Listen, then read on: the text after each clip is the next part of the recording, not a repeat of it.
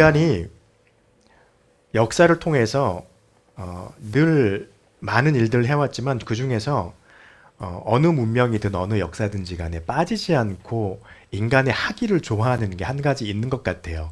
저의 판단에. 어떤 거냐면 자기가 어떤 것을 이루고 판단하고 정의 내리는 것을 하고 싶어 합니다. 그래서 그런지 뭐 어떤 사람의 이름을 붙여가지고 어떤 것을 이렇게 부르기도 하고, 또 어떤 생물들, 그동안에 발견되지 않았다가 어떤 사건 때문에 갑자기 발견된 그런 생물들이 있으면 그 생물들의 이름을 그 사람의 이름, 최초로 발견한 사람의 이름을 붙이기도 하고, 또 뭐 공룡 화석 이런 거 있으면 저희 나라도 제가 알기로는 2개인가 3개인가 저희 나라 지역의 이름으로 공룡 화석이 등재된 걸로 알고 있습니다. 그래서 그 공룡 발자국 많이 있으면 무슨 공룡 화석이 이렇게 나오기도 하고 막 이런 게 있는데, 그런 걸 보고 있으면 뭔가 자기의 이름으로 아니면 자기가 뭔가를 발견하고 해서 정의 내리고 그것을 어떻게 해야 될 것인지 이렇게 하는 것들을 굉장히 사람들은 좋아하는 것 같아요. 그런데 그것이 한편으로는 하나님 앞에서 굉장히 큰 교만이 될 수도 있다고 하는 것을 우리는 생각해 볼 필요가 있을 것 같습니다. 오늘 읽었던 사도행전 3장입니다. 3장 11절부터 26절까지의 말씀을 다 읽어야 하는데 너무 길어서 중간에 13절부터 16절까지의 말씀만 읽었습니다. 3장 1절에 보면은요, 우리가 잘 아는 사건이 나와요. 베드로와 요한이 성전에 제9시에 기도하러 갔다가 거기 앞에서 구걸하고 있는 안진뱅이라고 하는 한 사람을 그냥 이렇게 보고 있다가 주님의 권능으로 그를 일으켜 세웠죠. 그를 일으켜 세우고 난 다음에 그 사람이 요한과 베드로를 떠나지 않고 옆에서 자꾸 따라다닙니다. 그걸 보고서 이제 사람들이 다 뭔가 신기한 게 벌어졌기 때문에 우르르 몰려가는 것이죠. 저희도 그렇잖아요. 사모님이랑 언젠가 이렇게 이 근처에서 저기를 하다가 오랜만에 밖에 나가서 식사를 한번 할까 가고 이렇게 있는데 갑자기 뒤에서 빵! 하고 소리가 나는 거예요. 그래서 무슨 수리탄 터졌나? 그래가지고 깜짝 놀라가지고 이제 사모님 이렇게 웅크리시고 저는 깜짝 놀라가지고 이렇게 딱 봤더니 사람들이 다 쳐다보고 있는 거예요. 그랬더니 그 버스 뒷 타이어, 안쪽 타이어가 잘못된 공기 때문에 그런지 빵! 하고 터져버린 겁니다. 그래서 야, 크구나. 타이어 하나 터져서 저렇게. 근데 사람들이 다 쳐다보는 거예요. 신기해서 그런지 놀래서 그런지. 하여튼 뭔 일인가 터지면 사람들이 거길 다 봅니다. 사도 바울과 요한이 갔는데, 베드로와 요한이 갔는데 지금까지 안진뱅이로 있었던 사람을 이렇게 세워버렸으니 이거 놀랄 일이 아니죠. 놀랄 수밖에 없는 일인 거죠. 엄청난 일이 발생한 겁니다. 그래서 그를 따라다니고 그가 가는 곳에 사람들이 몰려오기 시작한 거예요. 그곳이 어디냐면 솔로몬 행각이라고 하는 곳입니다. 따로 있는 게 아니고요. 예루살렘 성전 한쪽에 기둥으로 이렇게 돼 있어서 그곳이 사람들이 모여서 이야기하기 좋고, 겨울에는 바람을 좀 막아주는 효과가 있어가지고 겨울에는 그곳에 사람들이 많이 모여서 토론도 하고 가르침도 받고 하는 그런, 항상 그렇게 이용했던 장소였던 것이죠. 그곳으로 베드로와 요한 사람들이 따라온 겁니다. 그리고 그들을 막 뭐라 그래야 될까요? 요즘 얼마 전부터 우리나라에 몇 년 전에 있었던 그 영화처럼 추앙하는 듯한 그 말을 그런 걸 하게 된 것이죠. 그런 일이 벌어집니다. 그럴 때 베드로가 유다인들에게 했던 말이 있어요. 또 그 베드로가 그 안진뱅이였던 그 사람을 일으켜 세웠던 그 사람에게 했던 말입니다. 근데 저와 여러분에게도 오늘 하나님이 이 사건을 통해서 하시는 말씀이 있습니다. 먼저는요, 우리의 믿음은 뭔가 주목하는 것이 있다는 것입니다. 그런데 그 주목하는 것 때문에 문제가 될 수도 있고 문제가 되지 않을 수도 있다는 거예요. 여러분, 오늘 많은 사람들이 보니까요, 12절 말씀에 보니까 베드로가 말하잖아요. 이것을 보고 백성들이 말하되 이것을 보고 백성들에게 말하되 이스라엘 사람들아, 이 일을 왜 놀랍게 여기느냐, 그러면서 우리의 권능과 경건으로 이 사람을 걷게 한 것처럼 왜 우리를 주목하느냐라고 말합니다. 우리가 한 게 아닌데 왜 우리를 주목하니? 라고 말씀을 하고 있는 겁니다. 여러분, 이거예요. 믿음은요, 주목해야 될 게 따로 있습니다. 이스라엘 백성들은 지금 뭘 보고 있습니까? 이 기적을 일으키고 있는 베드로와 요한을 보고 있습니다. 그런데 베드로와 요한은 뭐라고 말합니까? 우리가 아니라 우리 뒤에서 역사하게 하신 그분을 보라고 말을 하고 있는 거예요. 믿음은 그러한 것입니다. 그것을 행하고 나타낼 수 있도록 하신 분을 보는 것이 믿음이에요. 그래서 믿음은 주목할 것이, 집중해서 봐야 할 것이 항상 정해져 있습니다. 그 사건을 이끄시고 나타내도록 하신 분이 누구이신가? 그리고 또 한 가지 베드로가 우리에게 말해주고 있습니다. 우리의 개인의 권능과 경건으로 이 사람을 걷게 한 것처럼 이라고 말을 해요. 개인의 능력으로 하나님의 활동을 이끌어낼 수 있다라고 사람들을 생각하고 오해할 때가 종종 있어요. 그런데 베드로는 말해요. 우리의 개인의 권능과 경건으로 이 사람을 걷게 하지 않았다. 여러분, 굉장히 중요합니다. 가끔씩 저와 여러분이 교회를, 주님 앞에 예배를 잘 드리고 말씀을 잘 읽고 혹 가끔씩 저와 여러분의 삶 가운데서 그들이 경험하지 못했던 어떤 그런 특이한 사건들이 벌어질 때 사람들이 우리를 보고서 우리의 삶에 항상 그러한 어떤 사건들이 일어나는 것이 있기를 고대하고 바라면서 우리를 쳐다볼 때도 있어요. 그러면서 우리한테 어떤 것을 부탁하면서 저 사람이 그렇게 하나님께 기도하면 뭔가가 일어날 것 같다라고 우리를 바라보는 경우가 있습니다. 여러분, 이때 굉장히 조심해야 합니다. 베드로는 말해요. 우리 개인의 권능과 경건으로 하나님의 것을 이끌어내지 않았다.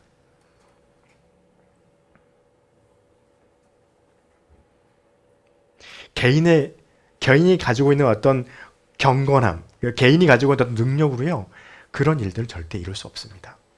아무리 우리가 하나님의 말씀에 집중하더라도 하나님께서 그것을 나타내시고자 뜻하지 아니하시면 우리가 아무리 베드로의 말처럼 권능과 경건한 사람이라 할지라도, 권능이 있고 경건한 사람이라 할지라도 하나님의 뜻이 그곳에 없으면 그 사람이 강국에 나타나지 않는 것은 당연한 일입니다. 그래서요, 우리는요, 그럴 때 시험 들지 않도록 조심해야 해요. 그래서 믿음은요, 현상을 넘어서 그 힘을 발현시키는 하나님을 발견하고 볼 수 있어야 한다는 것입니다. 그러면요, 하나님께서 우리의 삶 가운데서 하나님의 뜻을 이루시기 위해서 나타내실 것입니다.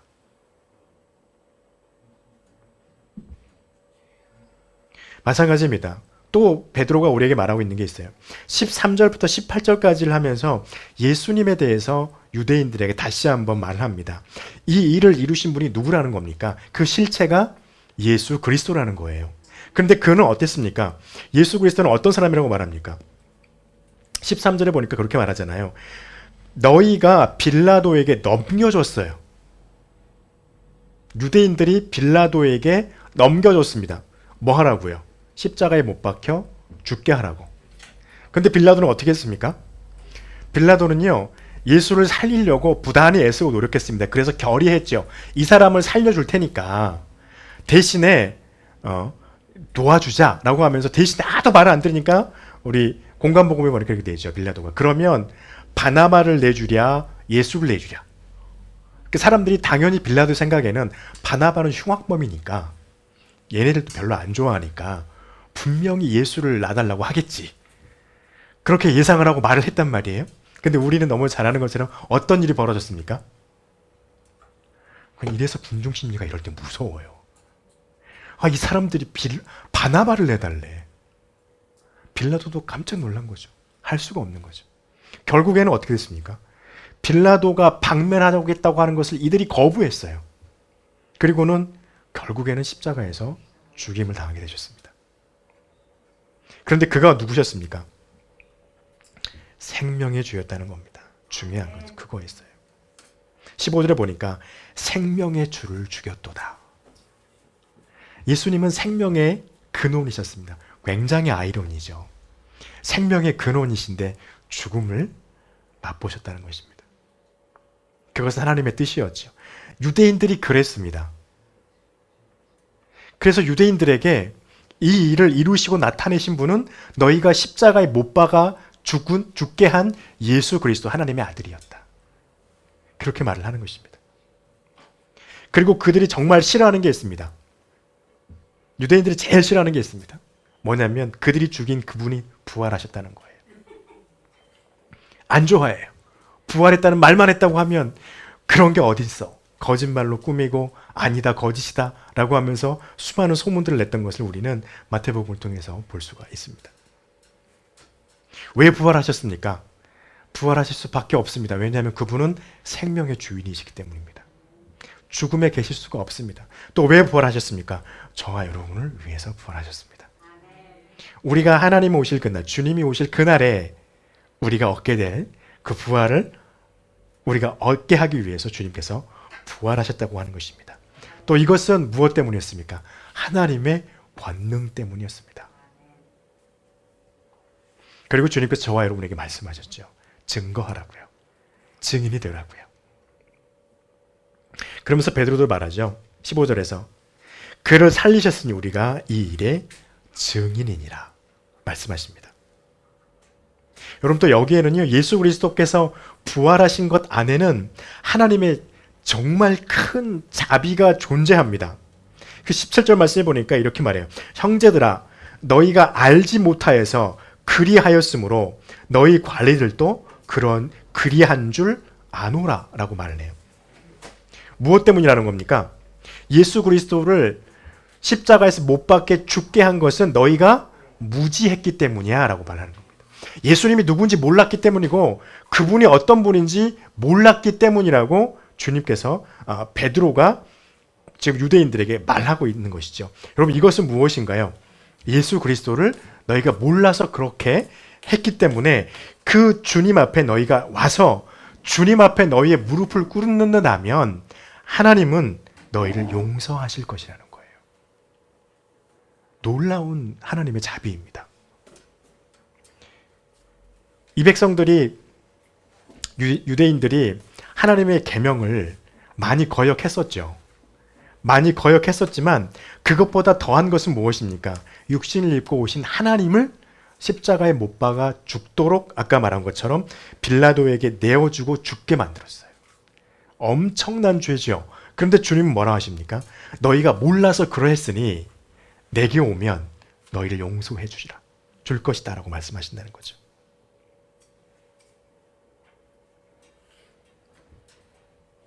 그분께서 베드로와 요한이 안전뱅이로 앉아있던 그 사람을 일으키는 능력을 행하게 하신 실체라고 하는 것입니다. 그리고 우리의 구원을 위해서 그렇게 우리와 함께 하셨던 하나님이라고 하는 것입니다. 그리고 이것을 통해서 베드로가 우리에게 또 한 가지 말씀하는 게 있습니다.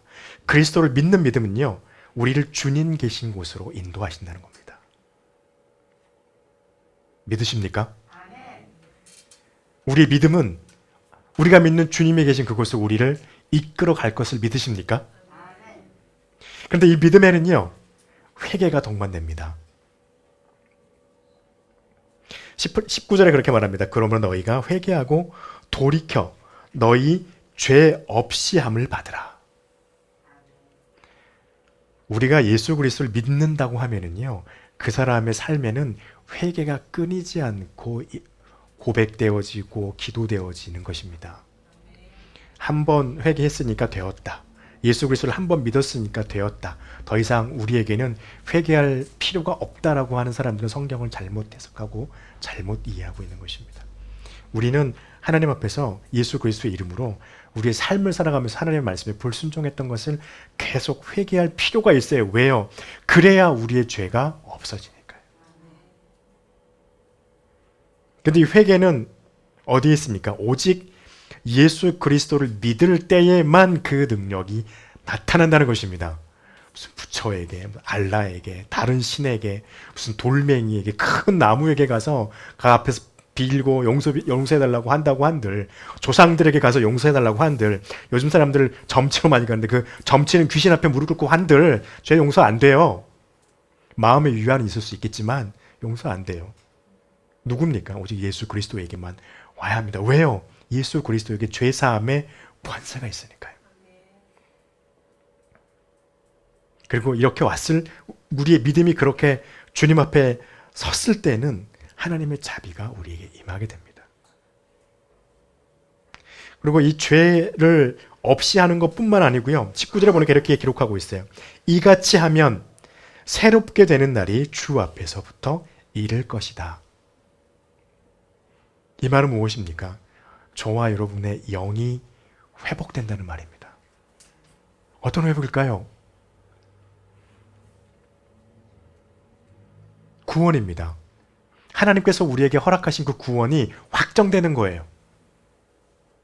그리고 주님이 오실 그날에, 주님이 재림하실 그날에 우리는요, 여러분 가끔씩 그 영화제나 무슨 시사회나 하면은 우리나라 같은 경우에 뭐 연말에 뭐 연예대상 막 이런 거 하잖아요. 그러면 연예인들 딱 지나가는 길에 뭐 깔려 있나요? 바닥에 빨간색 레드카펫이 쫙 깔려 있잖아요. 이렇게 그리고 펜스 이렇게 안전 펜스 딱 쳐지고 저와 여러분이 그 길을 걸어갈 거예요. 주님 오시는 그날에 주님과 함께 막 이러면서 누굴 향해서 흔들까요? 주를 믿지 않고 주님의 재림까지 버텼던 너희들아 부럽지 하면서 우리 이렇게 손을 흔들고 갈 수 있습니다. 여러분 이건 뭡니까? 하나님이 인간 창조하신 목적을 회복받는 거예요. 하나님이 인간을 창조한 목적은요, 하나님과의 교제입니다. 근데 우리는요, 하나님과 교제합니까? 깨어졌어요. 하나님의 말씀에 불순종한 것 때문에, 죄 때문에. 근데 주님이 오실 그날에요, 우리는 그렇게 될 것이라는 것입니다. 할렐루야.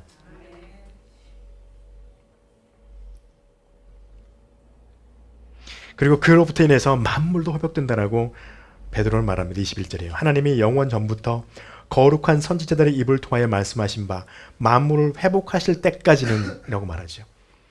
주님이 오시면 만물도 구원을 얻고 저와 여러분도 구원을 이제 우리의 실제적인 삶으로 갖게 될 것이라고 하는 것을 말씀하고 계시는 것입니다. 그래서요, 성경은 또한 베드로를 통해서 우리에게 말해주고 있는 것이 있습니다. 누군가의 말을 반드시 들으라는 거예요. 누구의 말을 들어야 되냐면요, 하나님께서 보내신 이의 말을 반드시 들으라는 거예요. 22절에 그렇게 말합니다. 모세가 말하되 주 하나님이 너희를 위하여 내 형제 가운데서 나 같은 선지자 하나를 세울 것이니 너희는 무엇에든지 어떤 것이든지 그의 모든 말을 들을 것이라. 선지자들이 그렇게 말하고 있습니다.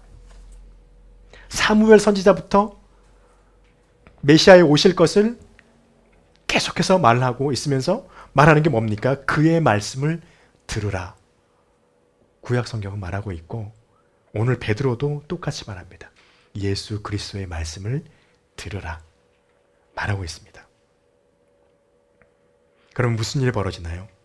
26절에 이렇게 말합니다. 너희로 하여금 돌이켜서 각각 그 악함을 버리게 하셨느니라. 악함으로부터 나와서 하나님 앞에 나아갈 수 있는 능력을 얻게 된다는 것입니다. 그 자비를 하나님께서 우리에게 베푸신다는 겁니다. 여러분, 믿음은요, 바깥에서 이루어지는 사건을 바라보는 게 아닙니다. 그 사건을 넘어서서 그 일을 이루시는 실체이신 우리 하나님, 우리에게 구원을 베푸시는 예수 그리스도를 발견하고 그분을 높여드리고 또 그분을 의지하는 삶이 믿음이라고 하는 것을 베드로의 설교를 통하여서 저와 여러분에게 다시 한번 말씀합니다.